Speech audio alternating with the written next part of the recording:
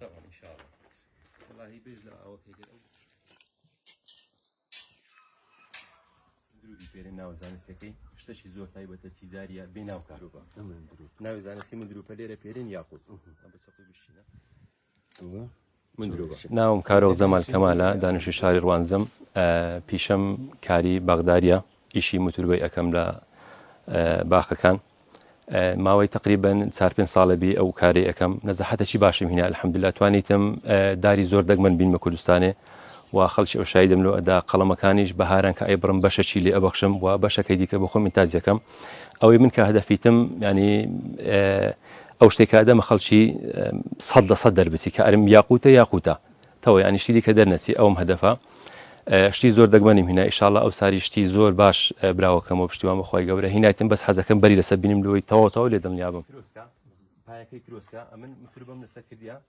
تقريبا 25 زورم لێدا مثلا ئێستا نمونە ئەو موتوربەی ئێرانە ئەگەر بێ پێشماوە سەرجان ئەویان موتوربە بەڵام چم کردیا ئەلێرە بڕیتم لۆ مەسەسە خەڵکو لەوانەوە برێ بەری لەسەنێ ئەمە کە بەریدا ساڵی دادە مەسە ئەی بڕین قەلەمی لێوەرە هەمەشی زۆر تایبەتی هەیە مزرە هەرمێکەی مزرە هەمەشی زۆر تایبەتی هەیە ئەوشن هەر هەرمەیە تامدارە کاری باخەوانی کارێکی زۆر قورسە مامۆستاجان مرۆڤ ئەگەر خولێ لە ئیشەکەی نەبیانی خۆشەویستی لە ئیشەکەی نەبی نەزەحەت تێدا ناینی شتی جوانیش کابراکە دەیدارێت تەماشاکە تەبعاً ئەوە باخەوانەکەی باخەوانەشی سابووە زیرەک بووە دادەبی وشکابرا گوتی ئەتوو داهێنانی لە ئیشەکەیدا بکەین و خاڵەشی دیکە بڕین زۆر مهمە لە داری بڕین ینی خاڵی زەوهەریە بەڕاستی دەبی زۆر شارەزابی ئەگەر شارەزانەبی ئەتوو دارەکەی بە گەنجی پیرەکەی ڕاستە بەرەشی زۆرەدا بەڵام نەشیرن زووش پیرەوی ئەو زۆرە گوڵەشن هەیە گوڵی دەگمەنم هینایتە کوردستانی الحەمدوللا گوڵی ڕەشم هینایە گوڵی ڕەنگاو ڕەنگ و بابەتی زۆر جوانم هینایە ئەوانە قەڵەمەکان ئینشاڵڵا بێ بەرامبەر ئەیان بەخشین بەهارێ لۆ خەڵکی خۆن و داهێنانیشم تێدا کردیە دا گوڵی ئێستا فەرموو لەو گوڵەی تقریبا 30 زۆر گوڵم لێ موتور بەکردیا 30 زۆر گوڵم لێ موتور بەکردیا ئەو سنفە گوڵە هەر بەخۆی سیفاتی وایە ینی گوڵەکەی کەسکە دوایە زەر دەبی هەر لە سێ گوڵی ڕەنجی دیکەش ئەگۆڕی پەمبەش ئەبی فەرموو لەسەر یەک گوڵی پەمبەش ئەبی سەوزیشە سیرکەن هەر لەسەر یەک گوڵیەوە هەر بەخۆی سیفاتی وانی ئەوە شتێکی زۆر جوانە ئەوانی کە خولیای گوڵینە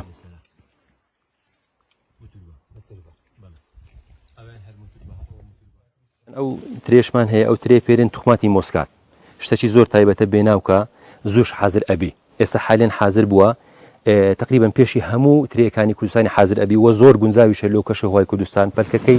لۆ دۆڵمێ شتێکی زۆر تایبەتە لە بەهاراش تقریبا 10 ڕۆژ 15 ڕۆژ پێشی هەموو دارەشی ئەپشکوی ئەوە یعنی دەستی بەگەشەیەکە ئەوە توانی ئەگەر مەسەلەن باغی دێمی لێ ئەوکەی تەنها لۆگەڵاکەی یعنی سوودەشی باشی لێ ئەبینی ئەو ترێکی زۆر تایبەتە بێ ناوچیشە تامەکی زۆر تایبەتیشی هەیە ناوچی تێدا نیە بێ ناوکە ئێرانە پەرم پێداێت و نەمابوو لە کوردستانی هەر بەخۆش عراقی ئەوانە بە پۆخم کردینە لە بەهارێ ئەوە پۆخە ئەوە پۆخە ئەوە پۆخە 25 حازر ئەبی بەری ڕێژێکی باش ینی زۆریەتی هەنجیرم هەیە هەوڵمدایە باشترین زۆری هەنجیر بیرمە کوردستانی بڵاوی کەمەوە و خەڵکی ئەو شایدەم لەو ئەدا و کە لێی کڕیمە و لەکنەم قەڵەم بێردە و بێ بەرامبەر بوویتە ئێستا دوعای خێرن لۆکە لە بەرەوەی سنفەکان سنفی تایبەتن هیناشیتم مەسەلەن ڕامێ نەبووە کە بوویتێ بەرەکەی هەو نەبوو لەو کەشەوەی کوردستان ناجح نەبووە ئەوە فڕەندا و هەرم کێشایە بەڵام ئەوانی کە باشن و لەو کەشەوەی کوردستان باشن ئەوانە پەرم پێدانێ و بڵاوم کردینەوە هەنجیر بابەتی زۆرە و لۆ تیجارەتی زۆر باشە ئەتوانی تیجارەتی پێوە بکەی ئەوەشی زۆر بە خێری هەیە پارەشی باشە کە هەنجیر مەسەلەن لۆی شکردنەوەی ئەوها ئەفرۆشی یان لۆ مڕەبای ینی بەڕاستی